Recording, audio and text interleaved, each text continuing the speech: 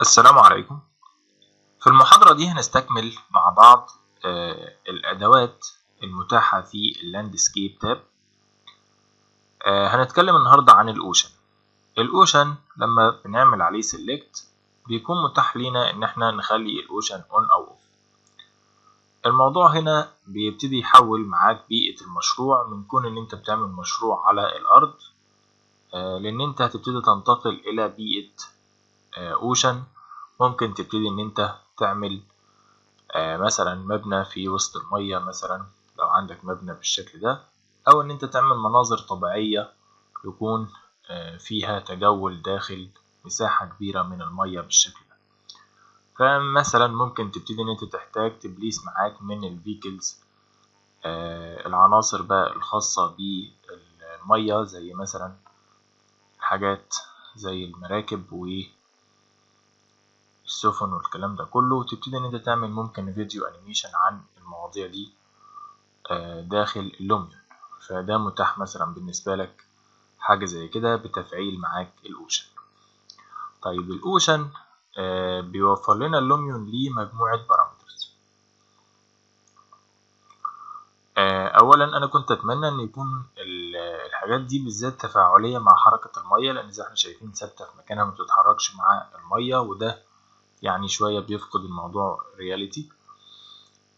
لكن خلينا نقول الإعدادات المتاحة إيه بالنسبة لك.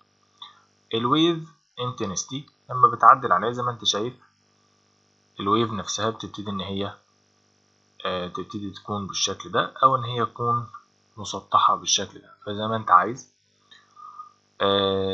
التربيديتي دي تقدر تقول نقاء المية او صفائها، يعني لو كل ما تعمل كده تحس ان هي مية معكرة او مية صافية. تمام. الويند دايركشن الاتجاه بتاع الأمطار، أقصد بتاع الرياح بتاعتك، بتتحكم في حركة الموج زي ما احنا شايفين مثلا ابتدت تتحرك بالشكل ده. عندنا هنا الويف سبيد سرعة الموجة نفسها تكون أسرع مع رياح عالية. عندنا الهايت الخاص بيها زي ما احنا شايفين لما بنعلي بنبتدي ان احنا نعلي الويف بتاعتنا، فاحنا حاليا كده تحت المية. تمام. طبعا اعطيك فيو تحت المية برضو فيو جيد بالشكل ده، تقدر تطلع بالشكل ده فوق. طبعا احنا معليين الانتنستي قوي ومعليين السرعة، الكلام ده كله ممكن نبتدي نخليه اهدى. وبالنسبة للارتفاع طبعا احنا المفروض يكون مناسب للإليمنت اللي احنا حاطينه. تمام. طيب حاليا برضو متاح معانا ايه؟ متاح معانا الكالر بريسيت، وعندنا كالر 1 او كالر 2. كالر 1 بيكون متاح معاه البرايتنس، وكالر 2 مش متاح معاه البرايتنس، لان لما بتبتدي اصلا تنتقل من كالر 1 لكالر 2 هو اصلا بيبتدي فقط يأدت معاك على البرايتنس بصفة عامة. تمام. ممكن طبعا تبتدي ان انت تعدل بنفسك بالشكل ده على البرايتنس. وهنا زي ما احنا شايفين برضو متاح معاك ان انت تعدل على البرايتنس بتاع الكالر اللي انت تختاره، ولما بتعدل في البريسيت بيبتدي يتنقل هنا ما بين اكتر من لون. تمام. فانت بتبتدي تقف عند اللون اللي انت عايزه، او بتختار بنفسك الكالر اللي انت عايزه للمية تكون شكلها ايه. تمام. فده الموضوع الخاص ب الاوشن داخل اللوميون. زي ما احنا شايفين بيدينا مية بشكل واقعي جدا للاوشن بالشكل ده. طيب لو احنا عملنا اوف خلاص يبقى انت بتقفل معاك الكلام ده، وممكن تيجي هنا تبتدي ان انت تدلت الاليمنت دي. هنتكلم برضو عن افكت تاني وهو الرياح. لو انت عايز تبتدي ان انت تخلي الحركة بتاعة الاشجار بتاعتك او الاوراق الموجودة في الاشجار او في اي نوع من انواع البلانتس المستخدمة في البروجكت عندك ان هي تبتدي تتأثر معاك بالرياح، وعايز تبتدي تزود الرياح، تقدر ان انت تعمل الكلام ده في اي موفي انت شغال عليه. فلو جينا هنا مثلا على السين هتجد باي ديفولت ان الاوراق بتاعتك انيميتد زي ما انت شايف كده. طيب لو انا عايز ابتدي ازود الموضوع اكتر، بقدر ان انا اجي اخد معايا مثلا هنا موفي عن طريق الريكورد، وممكن ابتدي ان انا اريكورد معايا حركة ثابتة بالشكل ده للفيديو بتاعي. او لقطة ثابتة، يعني اقصد بحيث ان انا لو بعمل الفيديو خلاص انا بانيميت قدامي حركة النباتات والظل.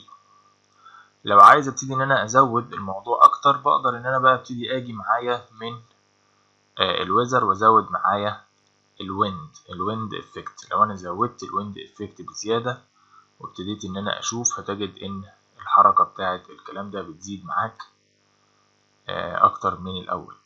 تمام، زي انت شايف الاوراق بتتحرك معاك بقوة، كأن في عندك رياح شديدة بتبتدي ان هي تأثر على النباتات اللي قدامك. لو جينا هنا في البيلد مود وابتدينا ان احنا نحط معانا مثلا اي حاجة تانية من هنا، تمام، نلاقيكم مثلا نجيب اشجار ونبتدي نجيب مثلا حاجة تكون مثلا بالشكل ده، تمام، ونبتدي ان احنا كذلك نيجي مثلا معانا هنا في الفوتو مود.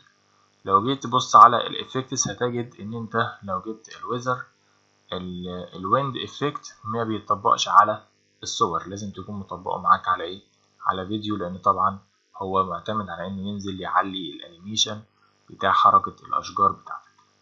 زي ما احنا شايفين هنا الافكت على الشجرة بتاعتك برضو ابتدت تأثر معاك على حركة الشجرة نفسها وعلى الأوراق الموجودة فيها.